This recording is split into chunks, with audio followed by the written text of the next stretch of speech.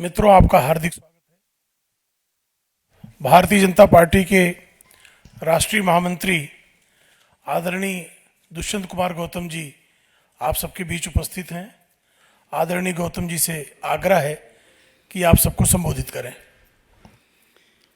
आज इस प्रेस वार्ता में आपका सबका हार्दिक अभिनंदन है। मेरे साथ में बैठे हुए हमारे वरिष्ठ प्रवक्ता आदरणीय प्रेम शुक्ला जी।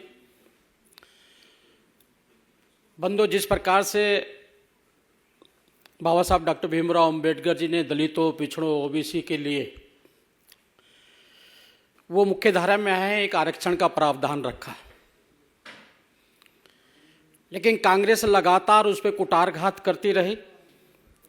अगर शुरू से ही हम देखें, धारा 370 का प्रावधान किया गया, जिसमें जम्मू कश्मीर में दलित के बच्चे डॉक्टर, इंजीनियर, प्रोफेसर, लेक्चरर बन जाएं, लेकिन वहाँ की सरकार उनको खाली सफाई कर्मचारी की नौकरी देने के लिए प्रावधान रखा गया और आरक्षण का लाभ आज 75 वर्ष बाद भी नहीं मिला और कांग्रेस ने कभी भी इसके बारे में आवाज़ नहीं उठाई।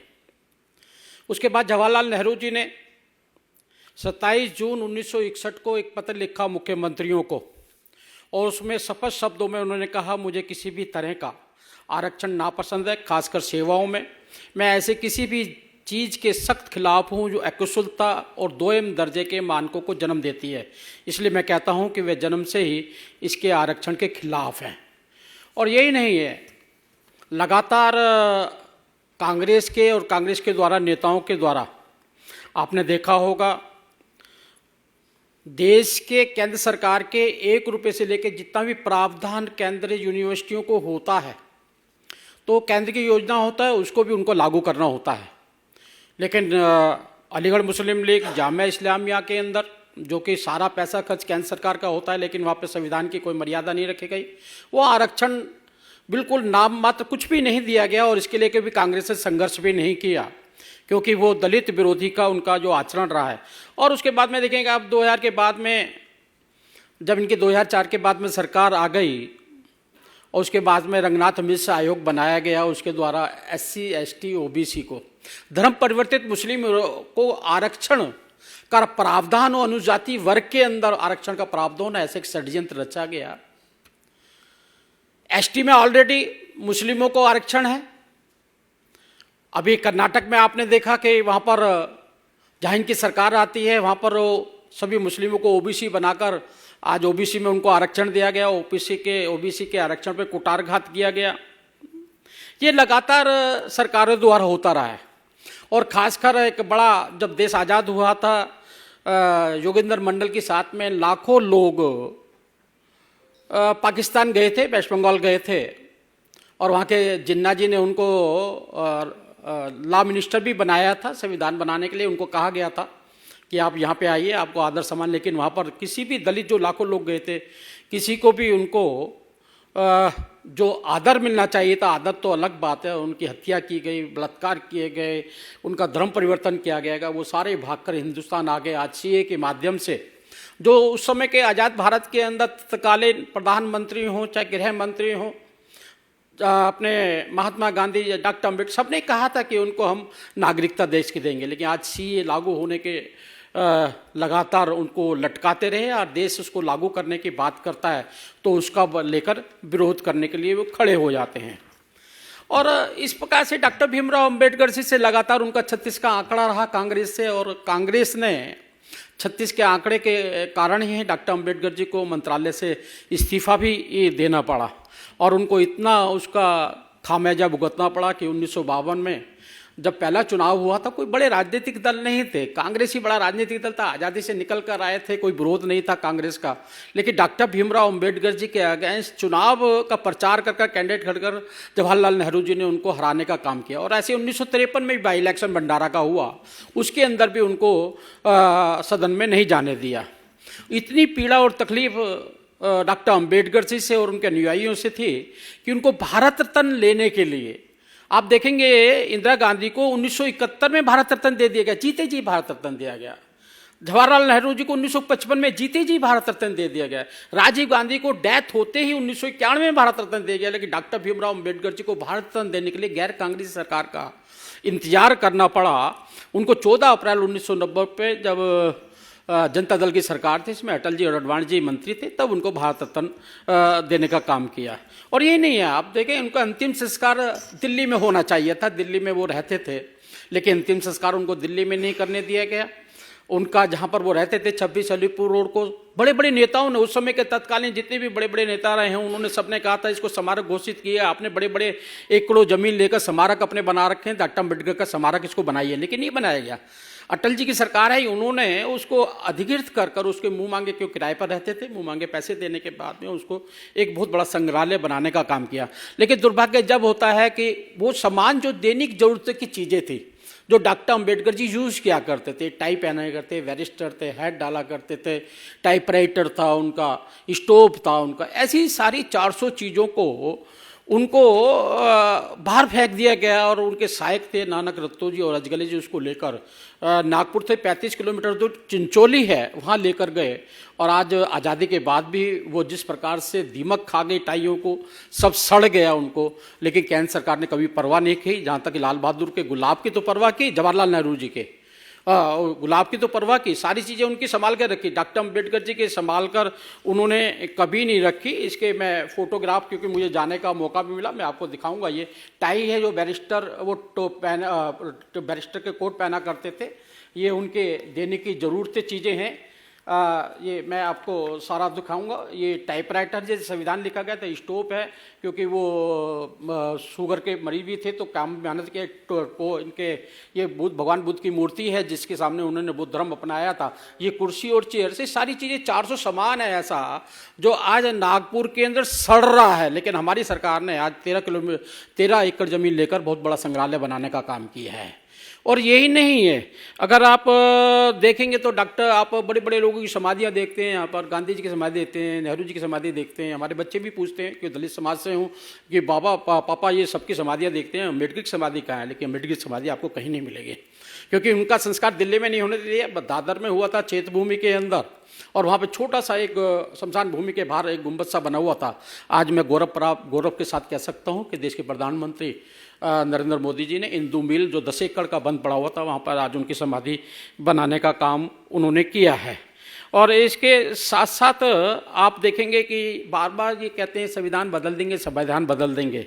आप अगर देखेंगे तो डॉक्टर भीमराव अम्बेडकर जी कहा करते थे कि प्रियम्बल जो होता है संविधान का, वो उसकी आत्मा होता है। लेकिन वर्तमान की सरकार ने किस प्रकार से प्रियम्बल में सेकुलर शब्द जोड़ने का काम किया। ये प्रियम्बल है और वर्तमान का प्रियम्बल मैं दोनों की कॉपी आपको दूंगा।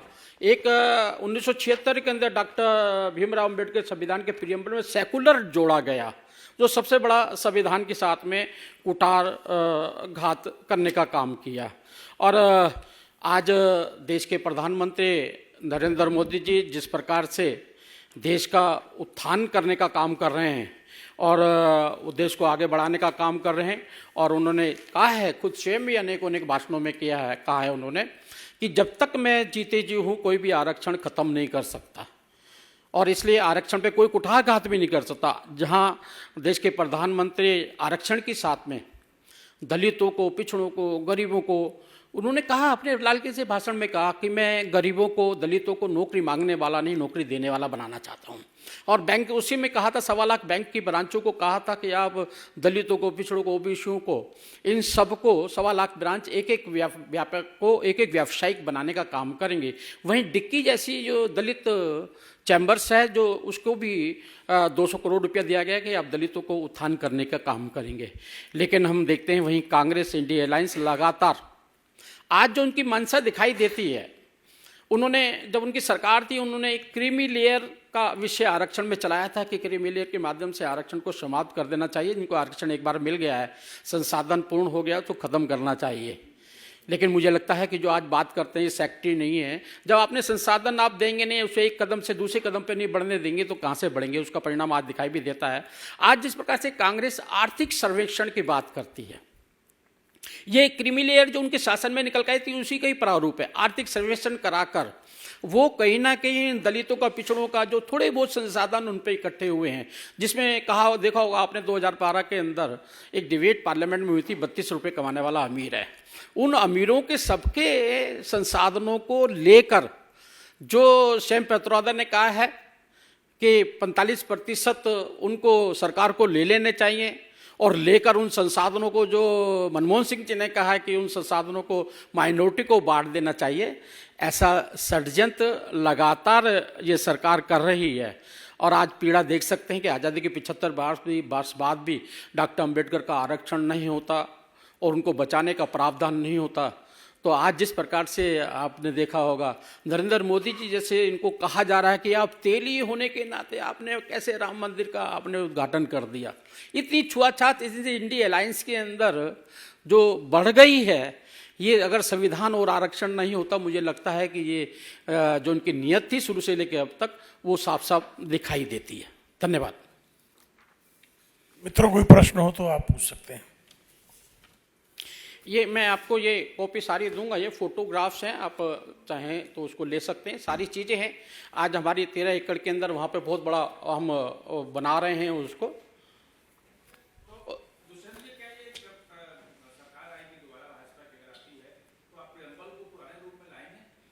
इसको हाँ, हम इसमें जो इसमें डाला गया है, सेकुलर डाला गया नहीं होना चाहिए। वो डॉक्टर अम्बेडकर जी की प्रारूप है, जो डॉक्टर अम्बेडकर की आत्मा को ठेस लगी उससे।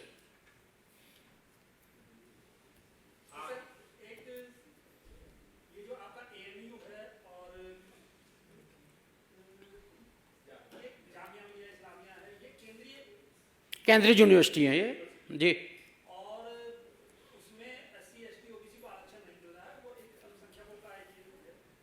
नहीं, अल्पसंख्यक का नहीं, यूनिवर्सिटी जो होती है केंद्र सरकार की होती है और सभी के लिए होती है। केंद्र सरकार की जो भी जिम्मेदारी है सबको वहन करनी पड़ती है।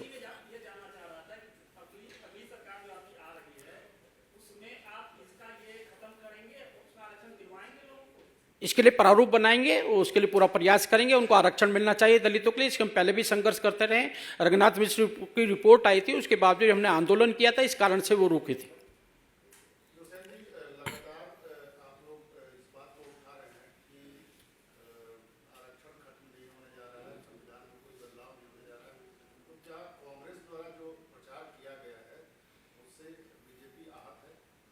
देखिए, आहत जो प्रचार किस प्रकार से कर रहे हैं, प्रधानमंत्री ने पार्लियामेंट में एक भाषण दिया कि जवाहरलाल नेहरू जी ने ये कहा था कि आरक्षण खत्म करना चाहिए। मुख्यमंत्री को पत्र लिखा कि आरक्षण खत्म चाहिए, 2 दर्जे के लोग आते हैं। तो प्रधानमंत्री ने कहा ये तो हटा दिया, लेकिन मुख्यमंत्री जवाहरलाल नेहरू ने कहा ये तो हटा दिया, बाद वाला के प्रधानमंत्री ने कहा कि आरक्षण खत्म कर। इस प्रकार के जिस प्रकार से मैनिपुलेशन कर कर देश के दलितों को गुमराह करने का काम किया है। अमित भाई की भी ऐसी फेक सीडी चलाने का काम किया।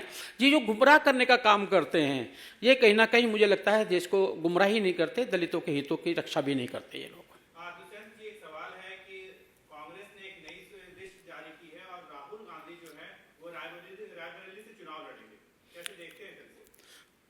भाग राहुल भाग, राहुल भाग, राहुल भाग, बस यही चलने वाला है।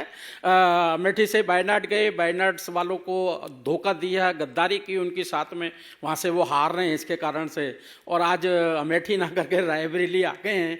और मुझे लगता है कि ये इसके लिए कि यही है, भाग राहुल भाग।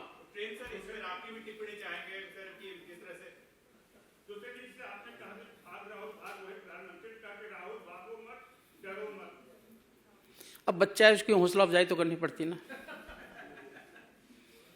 लेकिन जनता ने नकार दिया उनको।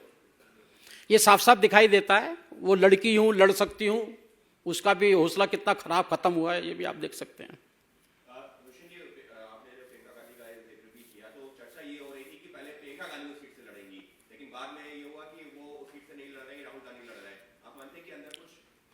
आप इनके एक मन में जो डर है कैसे निकालोगे? सोनिया गांधी जी भी भाग गए, राजस्थान चली गई। मन में जो डर है इनके, वो तो ये है, राहुल भाग, सनातनी आ रहे हैं। सनातनी को इतनी गाली देना, इतनी घृणा करना। आज मुझे बड़ा दुख हो रहा है, टीवी पे देख रहा हूँ कि वो हवन पूजा वूजा कर रहे हैं। क्या सोच के पूजा हवन करेंगे? राम थे नहीं, मंदिरों में लड़कियां छेड़ने के लिए जाते हैं, और सनातन डे को बुखार है, ऐसा इंडिया अलायंस सारा मिलकर ये करते रहे हैं। किस चीज़ की पूजा करेंगे? मुझे लगता है कि एक मानसिक संतुलन खोए व्यक्ति जो काम करते हैं वो सारा कर रहे हैं।